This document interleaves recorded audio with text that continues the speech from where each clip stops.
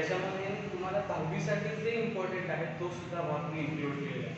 बघा तुम्हाला हा जो भाग आहे तो त्यामध्ये तुम्हाला नेमकं काय समजून घ्यायचं आहे. ॲक्च्युअली त्या आकृत्या कोडवर 3 आहे, पण तुम्हाला एकूण यामध्ये 6 गुणधर्म म्हणजे प्रमेय म्हणजेच थेरम आणि प्रॉपर्टी म्हणजेच प्रमेय आणि गुणधर्म हे एकूण 6 होणार आहे. या आकृत्यांच्या सोबतच तुम्हाला 2-2 गुणधर्म 2-2 प्रमेय तुम्हाला समजून घ्यायचे. तर बघा सुरुवात करूया आपण. आणि ह्याच्याशिवाय ॲक्च्युअलमध्ये 3.4 आपला प्रॅक्टिस सेट आहे तो आपण समजून नाही घेऊ शकत. त्यामुळे मी असं म्हणाले की ह्याच्यासोबत तुम्हाला आजच तुम्हाला मी सरावसांचं म्हणजेच प्रॅक्टिस सेट शिकवणार. पहिला हेच एवढंच भाग मी शिकवेन. तो किती मिनिटाचा व्हिडिओ होते, मी तुम्हाला फक्त जेवढं आज इम्पॉर्टंट आहे तेवढा भाग सांगणार आहे. हा भाग नक्की व्यवस्थित तुम्ही बघितला तरच तुम्हाला अभ्यास समजणार आहे. बघा आपण सुरुवात करूया. तुमच्यासमोर पुस्तक ठेवा, पुस्तकाशिवाय तुम्हाला हा भाग समजणार नाही. आणि मराठीमध्ये पान नंबर 39 आहे, सेमीमध्ये पण सेम पान नंबर राहणार आहे. बघा पहिला लिहिलेला आहे लंबदुभाजकाचे प्रमेय. काय आहे लंबदुभाजकाचे प्रमेय? 9वी 10वी सगळ्यांनीच हा व्हिडिओ बघायचा आहे.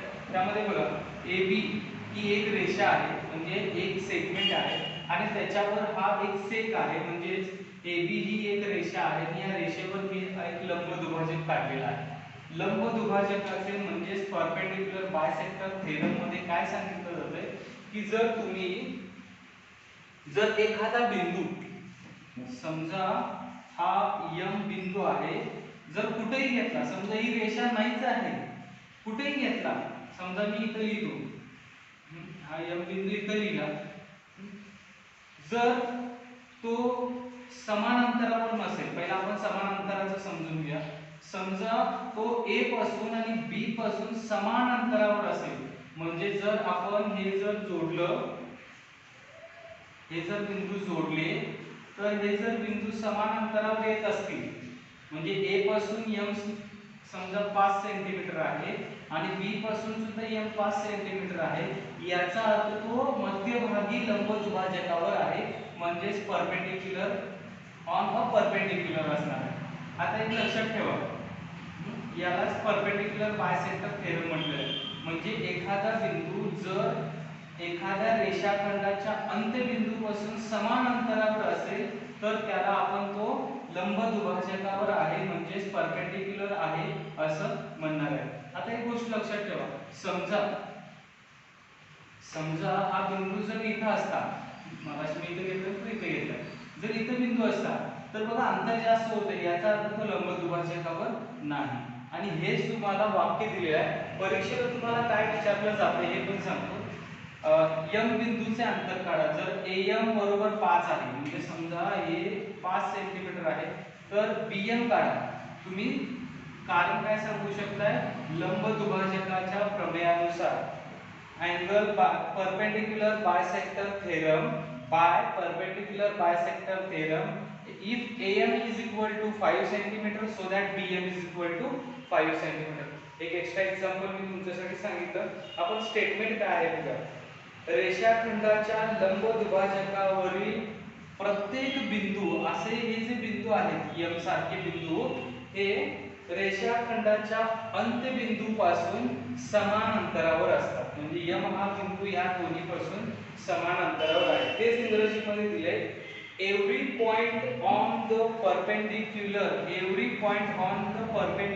bisector theorem मध्ये काय सांगितलंय की every point on a perpendicular bisector of a segment is equidistant from the end point of segment.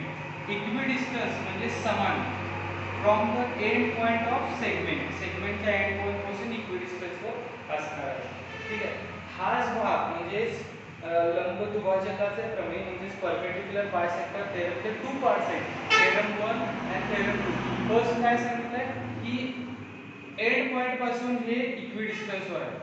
आता जर तो इक्विडिस्टन्स वर असेल, दुसरा भाग तोच दिलाय, उलट दिलेला आहे. मी म्हटलं ना तुम्हाला हे 3 आकृती आणि थेरम 6 आहे, तर हा एक भाग झाला. तर दुसरा भाग बघत आहे, जर तो इक्विडिस्टन्स असेल तर ते एंड पॉइंट पासून इक्विडिस्टन्स असेल तर तो परपेंडिक्युलर वर असणार आहे. बघा मी तुम्हाला मराठीमध्ये ते वाचून दाखवतो. बघा पान नंबर 40, इंग्रजीमध्ये सुद्धा पान नंबर 40 बघा आता. रेषाखंडाच्या टोकापासून समदूर असणारा बिंदू हा लंबदुभाजकावर असतो. बघा रेषाखंडाच्या टोकापासून मला काय होतं की रेषाखंड म्हणजे जो पहिला भाग होता तो काय सांगितलेला, रेषाखंडाच्या लंबदुभाजकावरील प्रत्येक बिंदू अंत्यबिंदूपासून समान अंतरावर. आता काय सांगितलंय, जर तो याच्यापासून समान अंतरावर असेल तर तो लंबदुभाजकावर असतो. रेषाखंडाच्या टोकापासून समान अंतरावर असेल तर तो या लंबदुभाजकावर असतो. बघा आता तेच इंग्रजीमध्ये any point equidistant from the end point of segment. Any point equidistant from the end point of segment. या सेगमेंटच्या एंड पॉइंट पासून ते इक्विडिस्टन्स असेल on the perpendicular bisector of or a segment. On the perpendicular bisector of the segment. तर तो perpendicular bisector वर असणार आहे. तर ठीक आहे, त्या ह्याच्यावर गणित काय असणार ते सोपं सांगतो तुम्हाला. जर तुम्हाला परीक्षेला विचारलं ते पण सांगू आपण. एक उदाहरण घेऊ, मी प्रत्येकावर उदाहरण घेणार. जर इथं एम पॉइंट आहे, इथं ए पॉइंट आहे, इथं बी पॉइंट आहे, जर एक बी सेगमेंट आहे, ए बी सेगमेंट आहे, तर एम हा मिड पॉइंट आहे. परपेंडिक्युलर बायसेक्टर थेरम नुसार काय होणार, मग जर AM 5 असेल तर BM 5. मग BM फाइंड करायला सांगितलं तर तुम्ही एवढंच लिहायचं की शॉर्टकट मध्ये सांगायचं झालं तर एवढंच लिहायचं लंबदुभाजकाच्या प्रमेयानुसार. तिथे काय भाग 1 भाग 2 नाही लिहायचं. इंग्लिश मध्ये by perpendicular bisector theorem if AM is equal to 5 so BM is equal to 5. जर AM बरोबर 5 असेल तर BM बरोबर 5. ठीक आहे. तर आता कोन दुभाजकाचे प्रमेय. सेम याचे पण दोन भाग आहेत. सेम याच्यावर सुद्धा गणित आहे. समजा एखादा एक कोन आहे, हा कोन आहे, या कोनाचा हा कोन दुभाजक काढलाय. हा ब्लू कलर मध्ये मी तुम्हाला कळण्यासाठी हा कोन दुभाजक काढलाय. जर या कोन दुभाजकाच्या पासून जर इथं B A आणि C हे लंब काढले, हे जर लंब काढले, बघा हे जर लंब काढले, लंब याचा अर्थ काय असणार आहे, इथं 90 अंशाचा कोन असणार आहे, इथं सुद्धा 90 अंशाचा कोन असणार आहे. ठीक आहे. तर बघा काय दिलंय, कोन दुभाजकावरील या कोन दुभाजकावरील हा जर ए बिंदू आहे, हा बिंदू कोनांच्या भुजांपासून समान अंतरावर असतो. म्हणजे AB चं अंतर जेवढं असेल तेवढंच AC चं अंतर असणार आहे. जर ह्या कोन दुभाजकावर तुम्ही कुठेही बिंदू घेतला, समजा हाच नाही, समजा तुम्ही इथं x घेतलं आणि जर तो लंब टाकला आणि बघितलं की QR पण किती अंतरावर आहे, समजा x z इथं x y, तर हे सुद्धा अंतर समान असणार आहे, हे अंतर समान असणार आहे, हे अंतर समान असणार आहे. ठीक आहे, लक्षात ठेवा. हेच दिलेलं यालाच म्हणायचं कोन दुभाजकाचे प्रमेय म्हणजेच अँगल बायसेक्टर थेरम. बघा कोन दुभाजकावरील प्रत्येक बिंदू हा त्या कोनांच्या भुजांपासून, भुजा म्हणजे बाजूंपासून समदूर असतो. इंग्रजीमध्ये every point on angle bisector, every point on angle bisector of an angle, ह्या अँगल मध्ये तो is equidistance from the side of angle. हा जो ट्रायंगल आहे, या ट्रायंगल मध्ये जो अँगल बायसेक्टर आहे, या अँगल बायसेक्टर वर जो पॉइंट असणार आहे, each and every point is equidistance from the angle side. ज्या अँगलच्या साइड आहेत त्याच्यापासून त्या इक्विडिस्टन्स वर ते पॉइंट असणार आहे. त्याला अँगल बायसेक्टर थेरम असं म्हटलं जातं. याला परपेंडिक्युलर बायसेक्टर, याला अँगल बायसेक्टर. याचा सुद्धा दुसरा भाग दिलेला आहे. बघा काय दिलेला आहे, जर आता काय आपण म्हटलेलं हा पॉइंट समान अंतरावर असतो. आता जर समान अंतरावर असेल तर कोन दुभाजकावर असतो. जसं इथं जर तो समान अंतरावर असेल तर लंब दुभाजकावर असतो. हा पहिला भाग. जर तो लंब दुभाजकावर असेल तर समान अंतरावर असतो. हे उलटी वाक्य. सेम आता इथं आपण काय पहिलं वाक्य काय होतं, जर तो कोणाच्या दुभाजकावर असेल तर तो बाजूपासून समान अंतरावर असतो. म्हणून सेमी मराठी एकत्र घेतली, कारण मराठी सेमीला पण समजून जर, कारण काय आपल्याला जी वाक्य आहे ती सगळी इंग्लिश मध्ये लिहायचीच नाहीयेत, आपल्याला समजून फक्त घ्यायचं आहे. बघा, जर जर आपण पहिलं वाक्य पुन्हा एकदा सांगतो, जर तो कोण दुभाजकावर असेल तर तो समान अंतरावर असणार. आता जर तो समान अंतरावर असेल, दुसरं वाक्य समान अंतरावर असेल तर तो कोण दुभाजकावर असणार. समान अंतरावर असेल तर तो कोण दुभाजकावर असणार. बघा, कोणाच्या भुजांपासून समान अंतरावर असणारा कोणताही बिंदू समान अंतरावर असेल तर कोणाच्या दुभाजकावर असतो. सेम इंग्रजीमध्ये बघा, any point equidistance from side, any point equidistance from side of an angle, या अँगल मध्ये जर तो एखादा पॉइंट इक्विडिस्टन्स असेल from side of an angle is on the bisector of angle, is on the bisector of angle, तो काय असणार आहे, अँगल बायसेक्टर वर असणार आहे.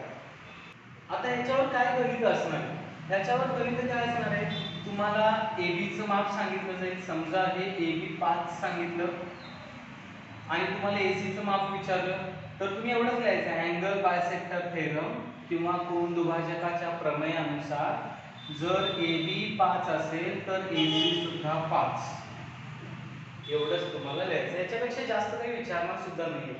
आता त्याच्यानंतर बाजू आणि कोन असमानतेचे गुणधर्म. शाळेतच पुस्तकात असे शिकवतील नाही शिकवतील, पण हे खूप गरजेचं आहे दहावीसाठी.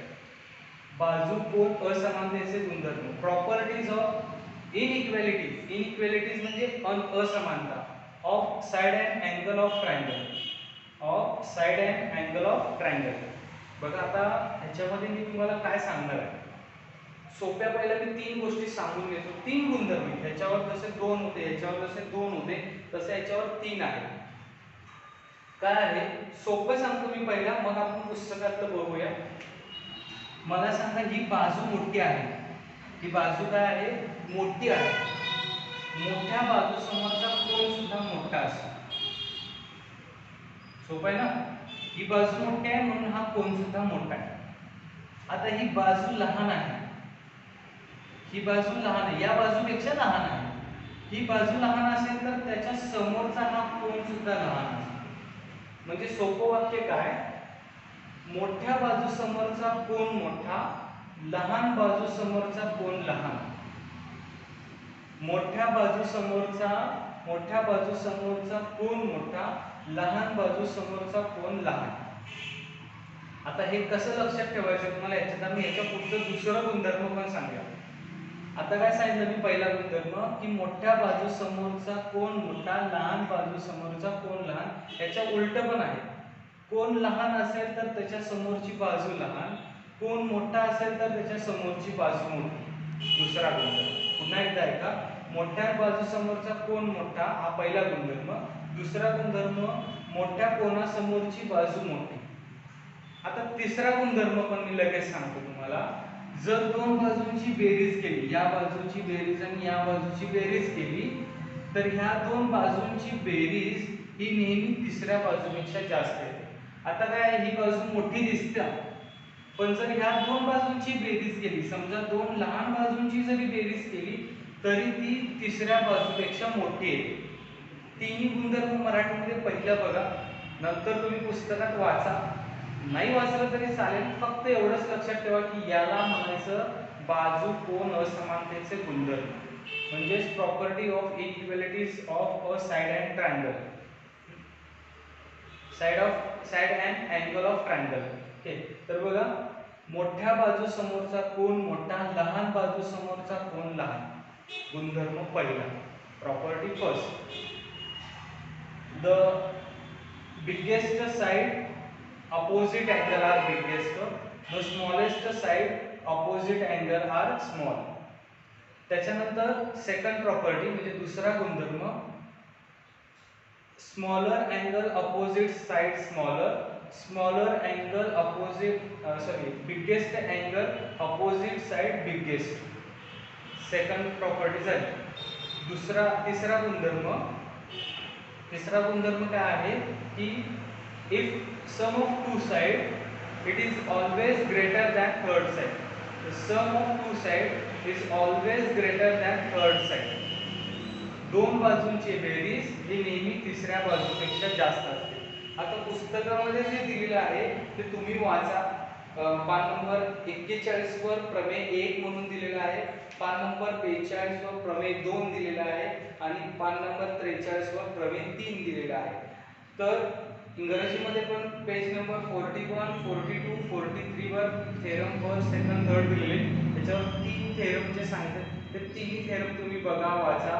प्रॉपर्टी बघा, मी तुम्हाला अनेकदा सांगतो, याच्यावर 2 आहेत थेरम, याच्यावर 2 थेरम आहेत आणि याच्यावर 3 प्रॉपर्टी आहेत. याच्यावर 2 प्रमेय आहेत, याच्यावर 2 प्रमेय आहेत, याच्यावर 3 प्रमेय आहेत. ते बघा आणि व्यवस्थित समजून घ्या आणि ते लिहून काढा. प्रमेय फक्त याच्या खाली लिहून काढा, कारण पुस्तकातच काय, गाईडमध्येच काय, तुम्हाला कुठल्याही व्हिडिओमध्ये असं नाही आहे. त्यामुळे समजून तुम्ही घेणं खूप गरजेचं आहे. आणि याच्यानंतर आपण उद्या बघणार आहे सराव संच 3.4.